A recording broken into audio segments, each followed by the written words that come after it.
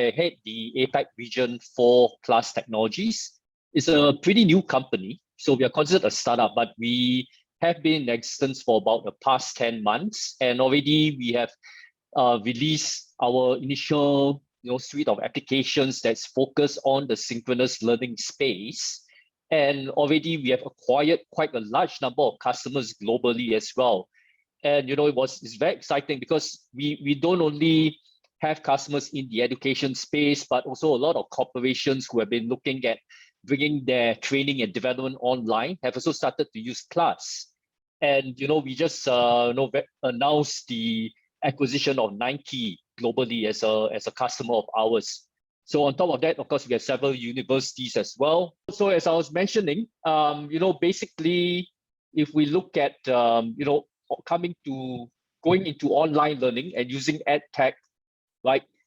Schools or organizations need to look at two things, and there are two areas that we look at. One is redesigning instruction, and there's an opportunity for us to redesign the way we are delivering instruction. And there's also the opportunity to individualize that instruction to cater to a personalized learning approach for the students. And really that the benefit of having technologies is that it allows the teacher to scale to personalize instruction for students at a better rate than if they'll try to do it in an in-class environment. And basically what we've been saying is that there does lead to a 25 to 60% increase in terms of retention when you actually move to the online learning. And it doesn't necessarily have to be 100% online learning. It could be a blended learning approach even. It has several benefits over traditional learning, 100% traditional learning. So really, when we were going through all this transformation over the past 1 year or 1 year plus with COVID, right, there have been institutions that fall into different categories. Right, there are schools that are in the revive mode, and these are continuing basically low lift and high return elements of e-learning. So they're trying to elevate the pre-pandemic state. So they're trying to basically address the problems that came up as a result of not being able to have that face-to-face instruction. And what's interesting is that because of COVID, it basically created a need, and people were compelled to move quicker into that. So it accelerated the process of learning. The second thing is that in terms of the redesign, there are several schools that fall into this category, and they are basically already have some form of e-learning in place. But the opportunity to innovate off those proven strategies, right, is something that they were able to exploit during the whole lockdown phases over globally that happened with COVID. And finally, we see schools that are a bit more in the transformative stage. So this are the reimagined group, right, of users. And really, these people are focusing more on the ability to look at how they can further exploit opportunities for personalized learning, right, basically led by students, and also basically look at adaptive virtual learning support and individualized learning paths for each student. So really, what has happened over the past 1 year is that it accelerated all these processes. And I'm sure that amongst you guys, you probably find that some of you fall into the revive, some are in the redesign, and some are in the reimagine stages, right? But with all those users coming on, regardless of which category you fall into, it started to reveal a huge gap in the online learning. And that is especially when teachers are transitioning from a physical classroom to to an online environment, right? There is that problem of engagement. So as you know, being teachers, some of you being teachers, when you step into the classroom, you kind of very clearly is able to get that feel of what's happening in the class. But when you come online, it's a lot harder to gauge what the students are thinking. It's harder to identify if students are engaged with your lesson and whether they are actually learning. And that's very important as an outcome, right? If they're not engaged, chances are they're not really learning. So where Class comes in is that we saw that gap, and we basically built a platform that allows you to do the things that teachers are very used to doing in a physical classroom. Just simply being able to come to the class and take attendance, look at the students, see who's there, who's not there. And many times we know that students have a very short attention span. So just sharing content continuously is not a really engaging process. But in the physical classroom, it's very easy to share a piece of content, anchor the learning activities around that content. For instance, driving discussions and having group activities around all those content is very easy to do in the physical classroom. But when you move to that virtual classroom, it's a lot harder to do so. So really, class, we solidified our position by focusing on that part and providing a synchronous learning classroom environment that caters to all those needs. So before I move on to the platform, I just wanted to give you a brief background about class. So we do have quite a good team of strategic advisory board members that are working with us. It was started by Michael Chasen, who was also the founder of Blackboard LMS, right? And it's also backed by many of the Zoom board members. So although we are a young company, as I mentioned, we have already acquired quite a large number of customers across the world, not only in the corporate space, but also in the higher education and in the K-12 space as well. And the reason for that is, again, as I mentioned, right, Plus comes in and fills those gaps. So we provide a lot of teaching, learning functionality, student engagement functionality on top of the Zoom conferencing environment. So we chose to work with Zoom and build on top of Zoom because Zoom has probably one of the best and most robust and reliable audio video conferencing platforms. But where they lack in terms of teaching and learning tools, that's where Plus comes in and complements that very well.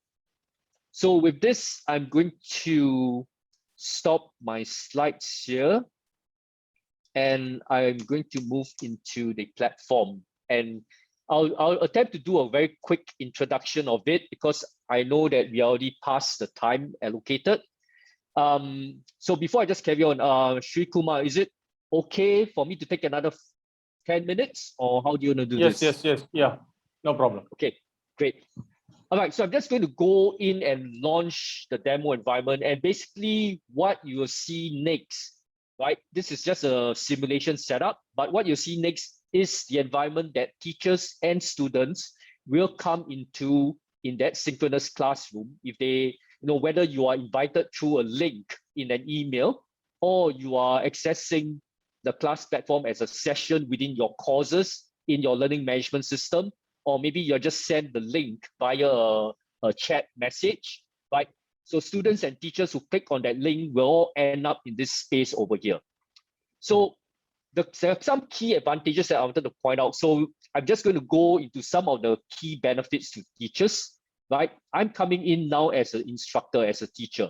And really, whether your students have their video feeds on or off, it doesn't really matter in class because we are able to track participation rates and all these are very important, right? For a teacher coming in, they have the ability to utilize a set of filters here, right? So I can easily filter the views by participation, by feedback, by hand raise, and all these views and indicators that present itself are only available to a teacher. So students will not see this.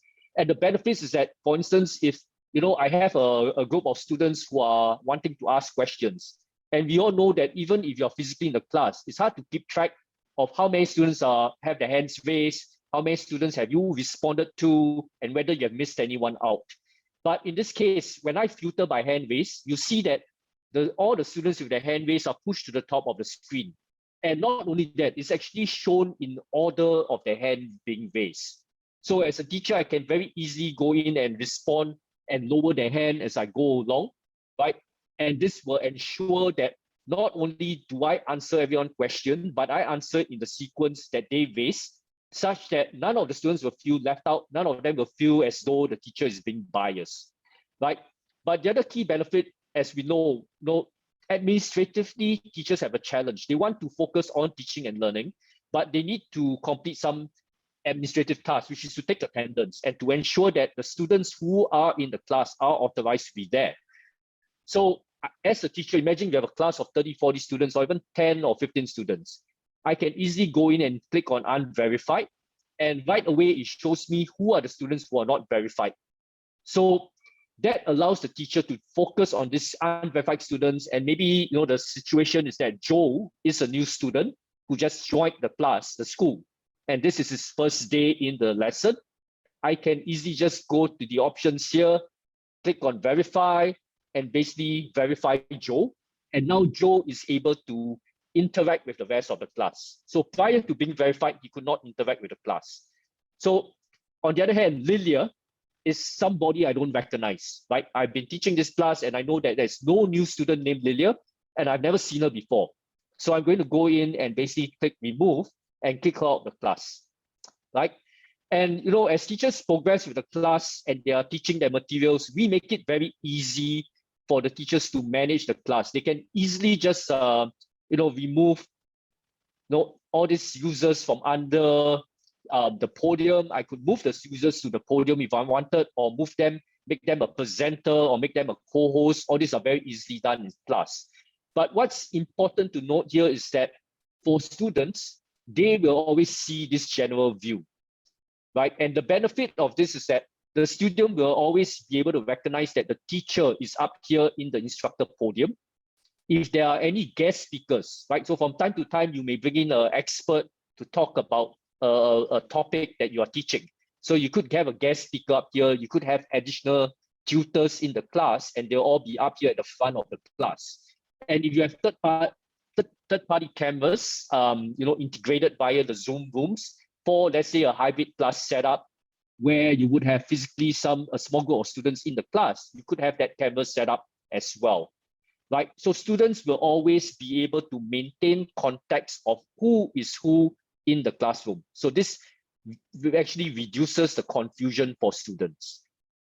But on the other hand, right, teachers have access to all these additional tools here. So for example, you can have the chats, but you notice that our chats are set up in a manner that is well categorized, unlike in the chats in Zoom. So if I click on the chat here in Zoom, everything is aggregated. It's very confusing.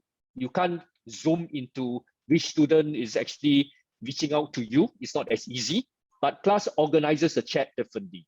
And not only that, it allows the teacher to set preferences. So let's say if you're conducting a test online, you can actually set up the preference and allow students to only chat with the instructors and no one else, right? But teachers also have access to the class management tools and teaching tools. And teaching tools is where I can easily share content, right? I can share syllabus, quizzes. For instance, if I want to play a video and use that as a means of instruction to the students, but I want to anchor my activities around that video, it's very easy for me to do so. I just preload the videos I want to use. I click on launch. It allows me to take control of the playback or give students control of the playback. In this case, I'll take control of the playback, right? And you notice that the video launches natively in class. And this is a huge benefit because it plays at the same rate, right, as what the participants will see. So there is not going to be any lag in that video, right? Which is different if you use a share screen and you play a video and you use a share screen to share the video with other users. So basically, as the teacher plays the video, right, the students can watch the video, but at the same time, while the students are watching the video, a teacher can easily go to the class management and open up attendance and take a quick view of who is present in the class, who is late, who is not yet there. So you see right away, I can see that there's 17 present, 4 absent, and 2 who are late. And I can scroll down and see who are the students who are late as well. So teachers can access this attendance module anytime during the class, right, to just keep track of who is coming in and who is not yet in the class. So if you look at the video, again, as I facilitate and play the video, I can easily pause it and go back to the class and basically, okay, so let's remove this. I can click on the classroom tab here and I can maybe start a discussion. So I may tell the kids, all right, that you have watched 10 minutes of video. Can you tell me what you think is the important point that the video is trying to communicate? And when I do that, I can quickly go and filter by participation. And what shows up here is all these indicators, traffic light indicators that tell me red bars are those that participate below average, yellow are those who participate average, and green are those who participate above average. And this is just specific to talk time. So even if the students had their videos off, you are still able to track their talk time through their audio. And this is very useful insight to a teacher because now I know that these are the guys who are talking a lot, very engaged, and these are the ones who are not. So I can very easily go in and tell Kurt and Penelope here, hey, you guys been very quiet. Why don't you share with the class what you think? And we allowed some gamification as well. If let's say Penelope contributed well, a teacher could easily go in and award some gold stars. So maybe I award Penelope 2 stars and I say, great job, keep it up. I hope to hear more from you in the future, right? And because we track these stars not only within this session, but also throughout the whole term or semester, the teacher could easily encourage competition, healthy competition, right? Not just based on results or scores, but let the students know at the end of the term, the top 2 students who get the most stars, right? I'm going to give you each a Starbucks gift card, for example. So some form of healthy competition that can be easily encouraged. So some form of gamification over there, right? And I think we are running out of time. So I just want to show you one last thing. And that is the teacher at any point in time is also able to easily go to what we have here in terms of a dashboard. And you can view statistics and data that we collected from all the classes. So if I go and click on view students detail, you'll see that it will pull up the list of students and it will show you all the data that we capture around each student. So let's take James Lloyd as an example, right? You see that he's present in today's class. He is not late. This is his time in, time out. For the whole semester or term, he has 0 absences, so that's good. His participation is not very good for the session as well as for the whole semester.